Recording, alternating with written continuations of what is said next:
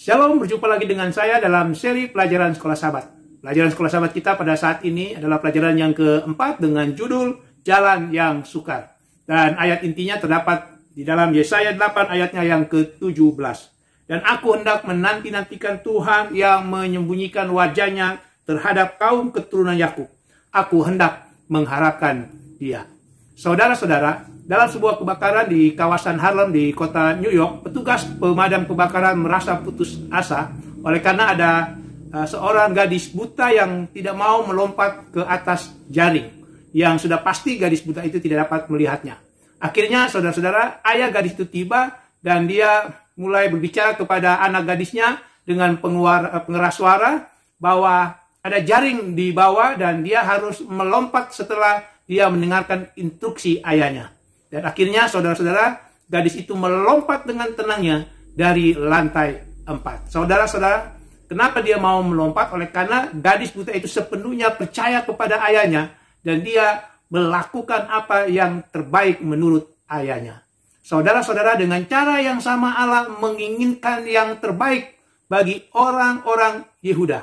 Namun mereka menolak berbagai cara yang lembut, yang halus, yang Allah gunakan. Jadi pelajaran apakah yang akan kita ambil dari kesalahan mereka? Inilah yang akan menjadi pelajaran kita pada saat ini. Tapi sebelumnya mari kita tunduk kepala, kita berdoa. Bapa di surga, pada saat ini kami akan mempelajari akan firman Tuhan melalui pelajaran Sekolah Sahabat. Oleh karena itu kami sangat mengharapkan urapan kuasa Roh-Mu yang kudus. Terima kasih Bapa, di dalam nama Tuhan Yesus. Amin. Pelajaran yang pertama, pelajaran hari Minggu, judulnya Nubuatan Digenapi. Saudara-saudara, di dalam Yesaya pasal 7 ayatnya yang ke-16 disebutkan bahwa sebelum anak laki-laki yang menjadi tanda tahu menolak yang jahat dan memilih yang baik, maka negeri yang kedua rajanya engkau takuti akan ditinggalkan kosong. Saudara-saudara, ayat ini merujuk pada bangsa Aram dan juga Israel, kerajaan di sebelah utara, dan juga ini merujuk kepada janji Allah bahwa kekuasaan mereka, kedua bangsa ini, Aram dan juga kerajaan utara, akan segera dilenyapkan. Lalu di ayat 15 kita baca di situ mengapa Yesaya menyebut ada dadi dan madu yang akan dimakan oleh anak laki-laki itu. Saudara-saudara, bila mana kita membaca di ayat 23 sampai ayatnya yang ke-25, di situ dikatakan bahwa tanaman dan juga ladang daripada orang Yehuda akan dihancurkan oleh bangsa Asyur. Sehingga semua orang Yehuda, termasuk di dalamnya anak laki-laki yang menjadi tanda itu, akan dipaksa untuk kembali kepada pola makan pada waktu di padang belantara, seperti yang ayat 21 dan juga ayat 22 nyatakan. Jadi saudara-saudara, meskipun kondisi bangsa Yehuda pada saat itu dalam kondisi yang sangat susah, mereka miskin, tapi mereka masih memiliki cukup makanan untuk dapat bertahan. Saudara-saudara, kapankah nubuatan tentang bangsa Aram dan juga kerajaan yang di utara bangsa Israel digenapi? Saudara-saudara, nubuatan Yesaya itu diberikan sekitar tahun 734 sebelum tarik Masehi. Lalu Raja Tiglat-Pileser yang ketiga, dia menaklukkan Galilea dan juga Transyordan di utara Israel itu pada tahun 734 sampai 733 sebelum tarik Masehi. Dan Hosea pada saat itu membunuh Raja Israel, raja di utara, yaitu Raja Pekah. Lalu Hosea menyerahkan diri kepada Raja Asyur dan dia membayar upeti. Lalu pada tahun 733 sampai 732 sebelum tarik Masehi, Raja Tiglat-Pileser yang ketiga ini menaklukkan Damaskus, ibu kota daripada Aram, kerajaan Aram atau Syria. Jadi saudara-saudara, dalam waktu hanya 2 tahun saja setelah Yesaya bernubuat, bangsa Aram atau kerajaan Aram dan juga kerajaan Israel telah ditaklukkan. Dan tamatlah riwayat kedua raja yang telah mengancam Ahaz. Lalu sejarah juga mencatat pada tahun 727 sebelum tarik Masehi, Salmaneser kelima, dia menggantikan Raja Tiglat-Pileser yang ketiga. Lalu dengan adanya pergantian ini, maka Raja Hosea di Israel membuat langkah politik. Langkah politiknya adalah langkah politik bunuh diri dengan mencoba memberontak melawan kerajaan Asyur. Maka pasukan Asyur menaklukkan ibu kota Samaria, ibu kota daripada kerajaan utara Israel pada tahun 722 sebelum Tarik Masehi. Dan pada tahun itu bangsa Asyur mengangkut ribuan penduduk Israel ke Mesopotamia dan juga ke Media, di mana mereka akhirnya menyatu dengan penduduk setempat dan akhirnya mereka kehilangan identitas mereka. Saudara-saudara, dalam cerita ini Allah telah mengatakan apa yang akan terjadi kepada musuh Yehuda. Namun poin penting yang ingin disampaikan dari cerita ini, saudara-saudara, adalah bahwa yang namanya nubuatan itu pasti terjadi. Jadi pelajaran penting yang pertama, pelajaran penting hari Minggu, poin penting apakah dari nubuatan yang Allah berikan melalui Yesaya? Poin penting dari nubuatan yang Tuhan berikan kepada Yesaya untuk bangsa Yehuda adalah bahwa nubuatan itu pasti terjadi. Oleh karena itu, marilah kita menaruh iman dan pengharapan kita kepada Allah. Kita masuk pelajaran hari Senin, pelajaran yang kedua dengan judul konsekuensi yang telah dilihat. Berdasarkan Yesaya pasal 7 ayat 17 sampai ayatnya yang ke-25. Saudara-saudara, bila mana kita membaca ayat-ayat ini, Yesaya 7 ayat 17 sampai ayat yang ke-25, kita dapat memastikan bahwa apa yang dikatakan Allah melalui hambanya Nabi Yesaya itu terjadi. Oleh karena itu, undangan demi undangan disampaikan kepada bangsa Israel, baik yang di utara maupun yang di selatan, supaya mereka menunjukkan kesetiaan kepada Tuhan. Himbauan-himbauan para nabi mengajak supaya mereka, orang-orang Israel ini, bertobat dan mengadakan pembaruan. Dan itu juga kita bisa lihat di kerajaan di selatan, di kerajaan Yehuda, dari pengalaman Raja Ahaz. Orang yang dipenuhi ketakutan dan bukan dipenuhi iman. Saudara-saudara, sesungguhnya ada kabar baik dari nubuatan ataupun himbauan, pekabaran yang Tuhan sampaikan melalui hambanya Yesaya, yaitu bahwa kedua musuh daripada Yehuda, Aram dan juga Israel, akan dilenyapkan. Tetapi kabar buruknya adalah Asyur, sekutu atau sahabat dalam tanda petik yang telah Raja Ahaz pilih untuk menolong, itu akan menjadi lawan yang lebih berbahaya daripada bangsa Aram dan juga saudara mereka di utara kerajaan Israel. Saudara-saudara, dengan menolak tawaran pembebasan dari Allah, akhirnya Ahaz mengalami kekalahan. Itulah sebabnya, saudara, pemazmur di dalam Mazmur 118 ayatnya yang ke-9 mengatakan lebih baik berlindung pada Tuhan daripada percaya kepada manusia. Saudara-saudara, hal itu disebabkan oleh karena kecenderungan alami kita, kecenderungan alami manusia yang lebih mempercayai apa yang kita dapat lihat, apa yang kita dapat raba, kita dapat rasakan, kita dapat sentuh, yaitu perkara-perkara duniawi. Namun saudara-saudara, seperti yang kita ketahui, perkara-perkara dunia ini pada akhirnya akan lenyap.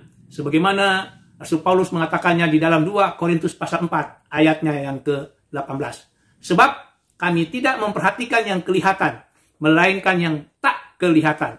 Karena yang kelihatan adalah sementara, sedangkan yang tak kelihatan adalah kekal.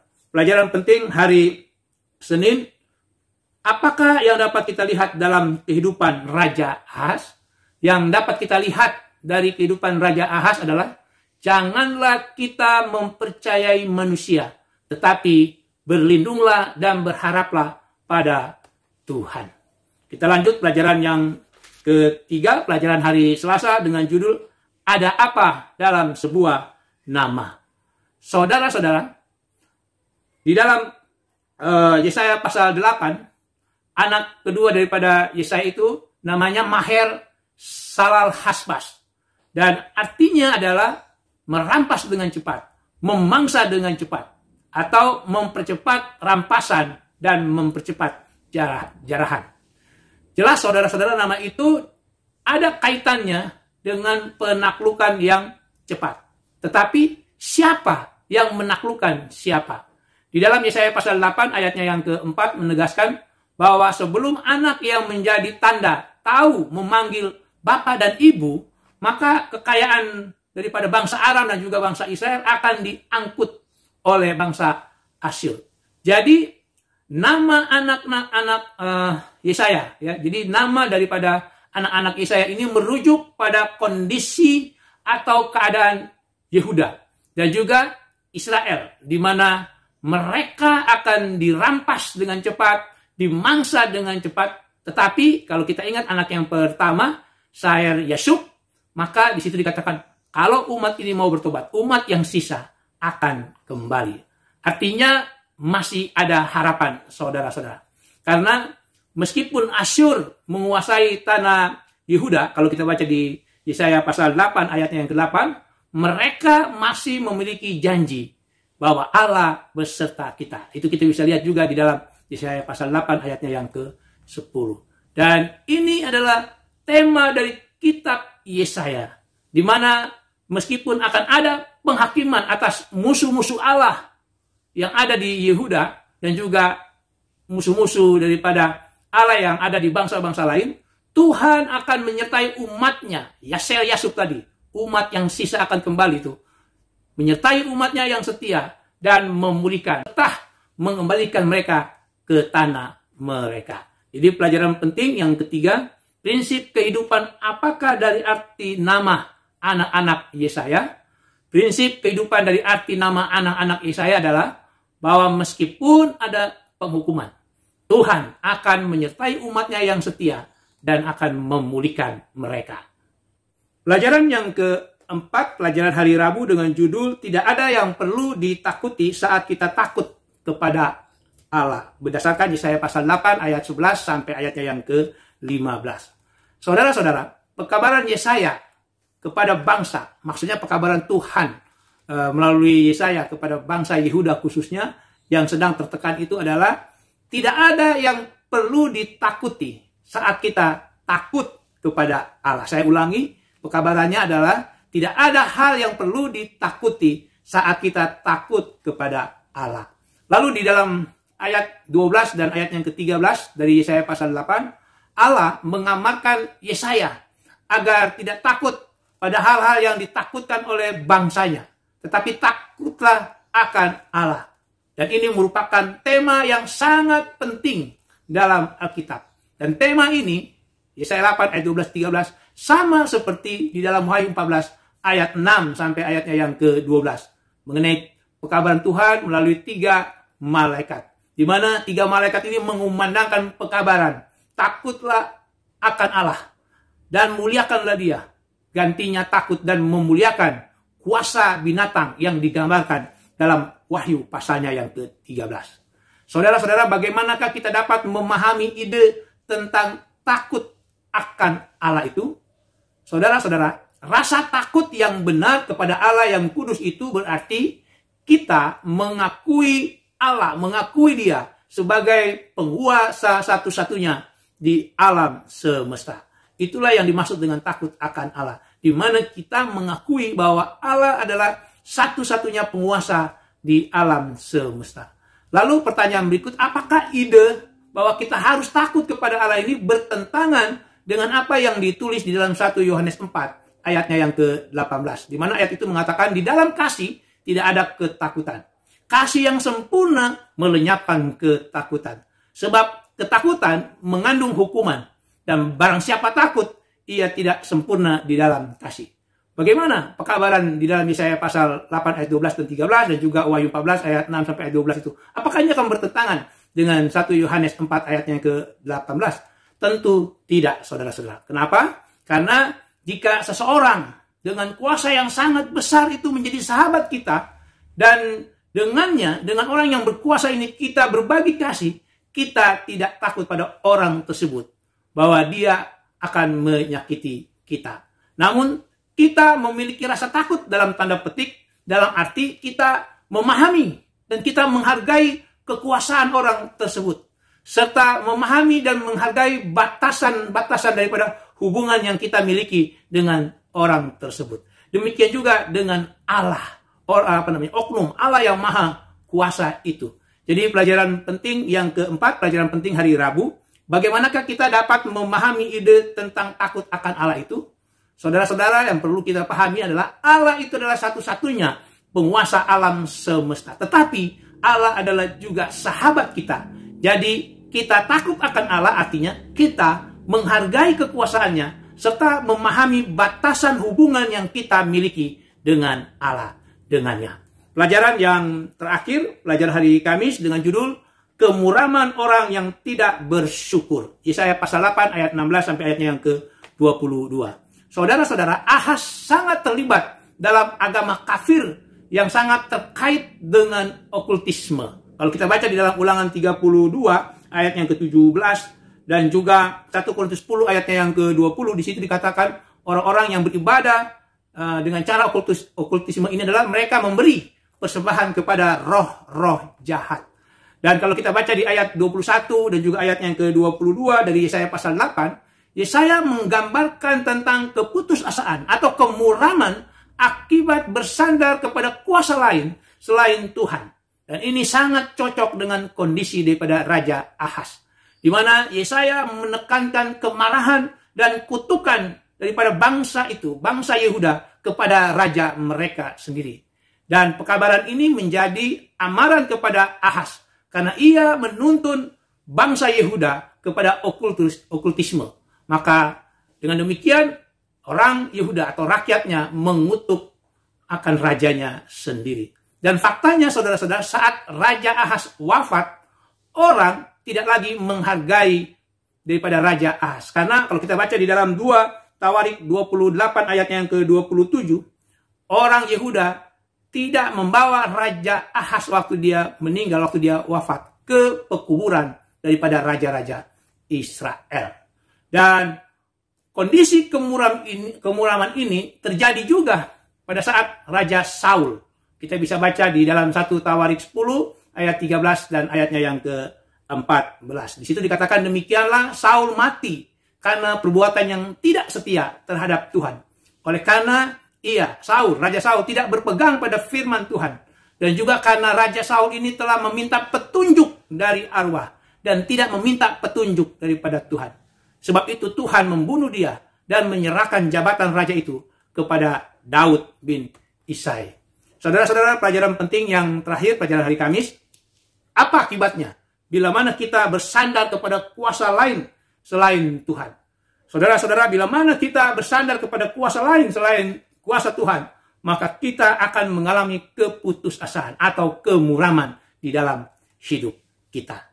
Inilah pelajaran kita pada hari Sabat ini. Tuhan Yesus memberkati. Mari kita tunduk kepala, kita berdoa. Bapa di surga, terima kasih satu pelajaran yang indah kami boleh dapat mengerti melalui pelajaran sekolah Sabat ini. Saudara-saudara yang mendengar akan pelajaran sekolah Sabat ini, Tuhan, mereka sangat mengharapkan akan kuasa Tuhan. Dan biarlah walaupun kehidupan kami adalah kehidupan yang penuh dengan kesukaran, jalan kami adalah jalan yang sukar, tapi biarlah kami boleh bersandar hanya kepada kuasa Tuhan saja. Bapa di surga, Engkau memberkati saudara-saudara yang telah mendengarkan tayangan video ini dimanapun mereka berada. Dan biarlah ya Tuhan, kasih daripada Allah Bapa, kasih daripada Yesus Kristus, serta persekutuan Roh Tuhan yang kudus akan menjadi bagian kami semua. Terima kasih Bapa, di dalam nama Tuhan Yesus. Amin.